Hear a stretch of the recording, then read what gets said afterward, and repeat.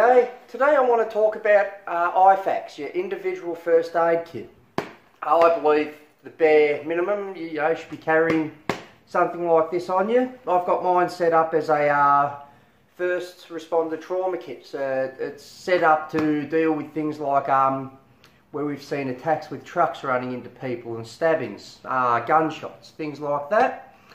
I like to use the Condor pack here simply because it's nice, it's small, compact, light, and I love the little red tag here.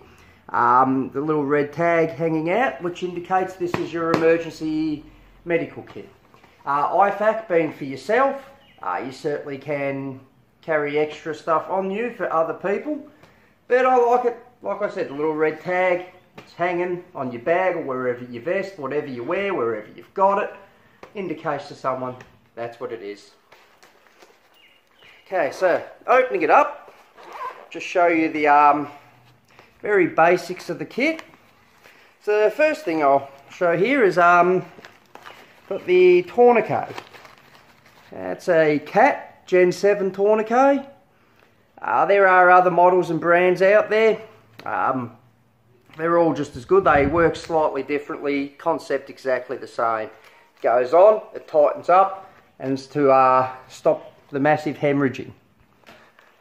Okay, next thing we've got here is the MPA. Okay, that's your nasopharyngeal, goes down your airway. It's got the lube on the back, comes with the kit. So that's to go down the nose, by the back of the throat there, to keep your airways open. Make sure that you're getting air into your body. Very important.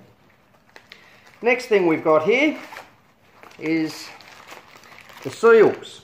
Okay, so this is for if your thoracic cavity isn't working properly, you've got a hole, you've punctured your lung, the air isn't escaping or it's sucking in, but it's not escaping properly.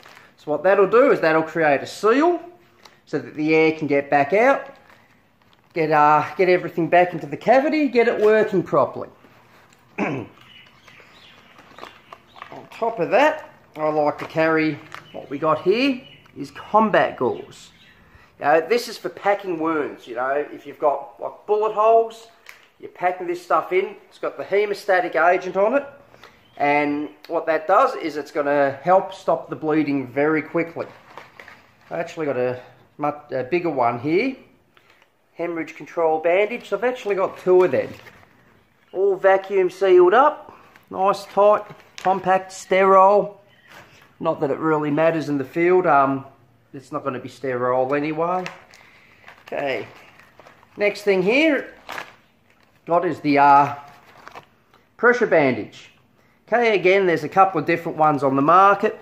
They all work, the hooks are a little different on them, but they all work on the same concept. There's a big padding there, a little hook that goes around, hooks around, pulls over, and you wrap it nice and tight on the cuts. You're looking to use pressure here to stop the bleeding, which of course is important, very important if you're wanting to save lives. And the rest of it here is just little stuff. So you've got your vacuum sealed, that's just your regular gauze. That's not a hemostatic one. You got your latex gloves, got an eye shield, and of course the shears. So if you've got to cut through clothing, you haven't got time, you just cut through the clothing, you're checking for cuts, holes, stuff like that. That's my IFAK and what I keep on my bag. Usually what I'll keep on my person as well, just in my cargo pockets, is some of the compact gauze, and again the hemostatic gauze, and a pressure bandage, which, just elastic banded together, and the tourniquet. So I keep the actual IFAK kit for myself, any injuries I may sustain. I keep the other ones on for other people, in case I have to attend to someone else as well. And of course, lastly, I like to keep a Sharpie. The reason for that being, you jot down the time that you put the tourniquet on, which is important. They like to know that stuff. If you're more advanced and you've got the drugs, the Sharpies come in are very handy as well for jotting down on people what drugs you've given them and when you've given them and stuff.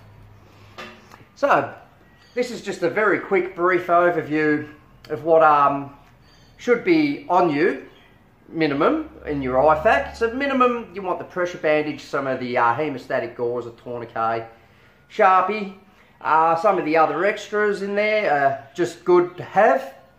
I would suggest everyone keeps this on them at all times within a very accessible reach.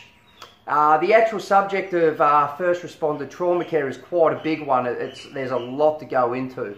I'll cover that at another time. I hope you found this informative. As always, any questions, just shoot them into the comments and I'll answer them for you. Until next time, look after yourself, look after each other, and please stay safe. Thank you for watching.